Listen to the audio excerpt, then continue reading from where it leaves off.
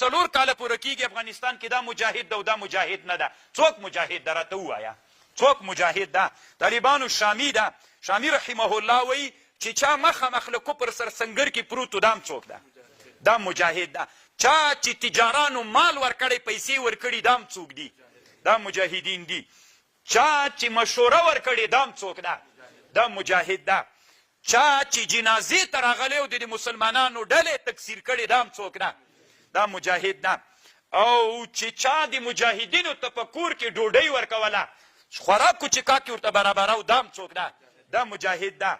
هغه ډاکټرانو چې د مونږ زخمیان تداوي کړي دي دا هم څوک دي؟ دا مجاهدین دي. نن د طالبانو مونږ په ټول باب کې څوک کوو؟ انحصار کوو. په علم کې انحصار کوو که نه کوو؟ دا نه د مونږ علم فرض، دا دین، دا نور علوم. دین طالبانو چې په پښو درېږي، په چا درېږي؟ په علوم عصریه باندې درېږي. دین چې مترقي کېږي په چا مترقي کېږي؟ په علوم عصریه مترقي کېږي. دین ښه زده که، خو چې اقتصاد دې کمزوری وي غلام کېږي، خو سوال به کوې سوالګر درنه جوړېږي. ته اوس ماته ووایه انحصار په علم کې کوو، انحصار جهاد تنازو چاته وایي چې څوک یې کړی؟